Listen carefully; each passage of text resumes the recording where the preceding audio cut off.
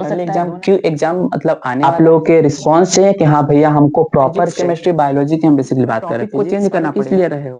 तो हाँ जी प्यारे मित्रों, कैसे हैं आप सब? आए हो कि आप बहुत अच्छे होंगे, अच्छे तरह से पढ़ाई और लिखाई कर रहे होंगे। जैसा कि आपको पता है कि आपका क्वार्टरली एग्जाम क्यों एग्जाम मतलब आने वाला है जस्ट, तो उसके लिए हमने केमिस्ट्री के चैप्टर 1 और चैप्टर 2 से हमने 5 महत्वपूर्ण अंतर को निकाला है, जो अंतर आपके संभावना है कि आपके पेपर में आ सकते हैं, ठीक ना।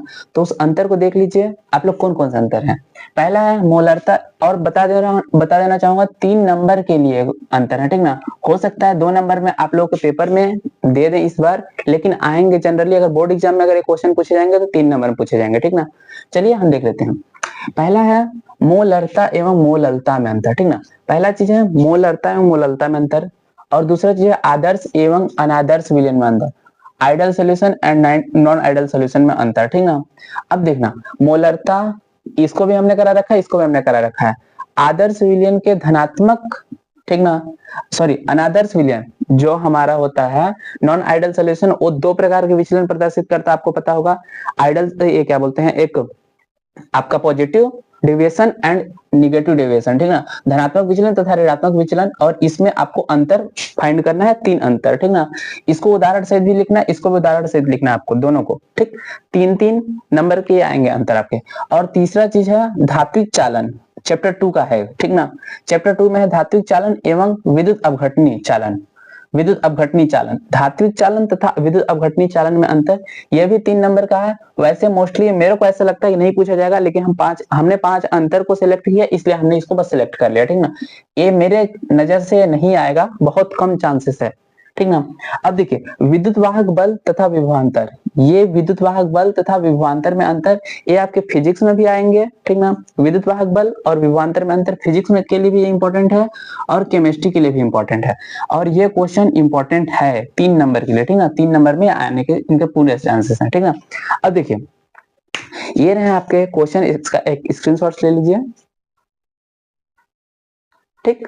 अब देखिए ये तो है आपके 3 मार्क्स के लिए आईएमपी डिफरेंस, ठीक ना, important difference for quarterly exam. अब अगर आपको और भी पूरे सारे क्वेश्चन चाहिए तो उसके लिए मुझे आप लोगों के रिस्पांस चाहिए कि हाँ भैया हमको प्रॉपर चाहिए सारे सब्जेक्ट के, फिजिक्स केमिस्ट्री बायोलॉजी की हम बेसिकली बात कर रहे हैं, फिजिक्स केमिस्ट्री बायोलॉजी, और कोशिश करूंगा तो इंग्लिश भी, ठीक ना। इन 4 सब्जेक्ट का मैं तो करने के लिए मैं हर सब्जेक्ट को कर सकता हूँ, मेरे अंदर वो कैपेसिटी है, बट रिस्पांस कितने लोग का आता है वो डिपेंड करता है ना। नहीं तो फिर हमें टॉपिक को चेंज करना पड़ेगा ना। हमें पता है कि 12th सीजी बोर्ड में कितने बच्चे एक्टिव रहते हैं 12th में, हमें ये बात पता है अच्छे तरीके से, इसलिए हम भी थोड़ा स्लो ही चल रहे हैं। नहीं तो अगर मैं चाहता तो मैं पूरी सिलेबस को मैं कराता अगर आप लोग के रिस्पांस आते तो। बाकी आप लोग के क्या रिक्वेस्ट है, कैसे रिस्पांस है उसके ऊपर। बायोलॉजी को मेरे को 2-3 लोगों के मैसेज आ चुके हैं कि भैया इसको कीजिए, इसको कीजिए।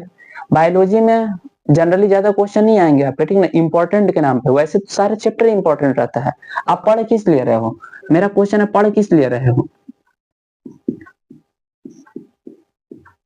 पढ़ किस लिए रहे हो आप, बताओ मेरे को, इस क्वेश्चन का जवाब दो। अगर आपको इंपॉर्टेंट क्वेश्चन जब अलग से जानने ही है तो आप पढ़ किस लिए रहे हो।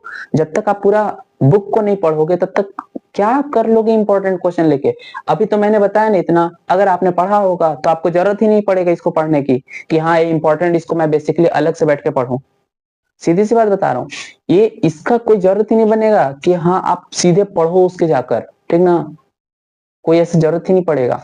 बाकी आगे आप लोग की इच्छा है, पढ़ किस लिए रहे हो, मेरा क्वेश्चन ये है। और हाँ, इंपॉर्टेंट क्वेश्चन देना मुझे बहुत बड़ी बात नहीं है।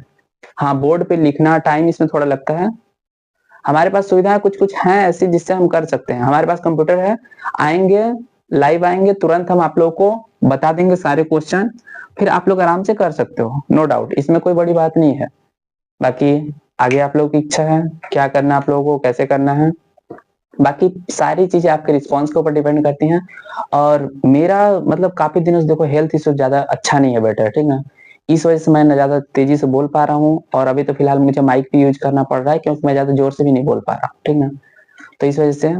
और बाकी आप लोग के रिस्पॉन्स के ऊपर डिपेंड करता है, और इन अंतर को बस तैयार कर लेना। बाकी जैसा आप लोग के रिस्पॉन्स रहते हैं वैसे आएंगे क्लासेस, इंपॉर्टेंट क्वेश्चन की भी सीरीज आएगी, ऐसा नहीं बोलता हूँ नहीं आएगी, बिल्कुल। और बाकी बोर्ड एग्जाम के लिए तो आएंगे ही आएंगे, तो कंफर्म है, बोर्ड एग्जाम के टाइम पे मैं बोलता हूँ आएगा।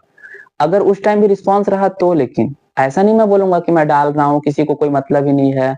अगर 10 20 50 100 अगर ऐसे लोग देख रहे हैं तो क्या मतलब है, ठीक ना। बाकी आप लोगों के ऊपर डिपेंड करता है सारी चीजें, बाकी बस कर लेना, ठीक है। मिलेंगे नेक्स्ट वीडियो में, तब तक के लिए जय हिंद जय भारत।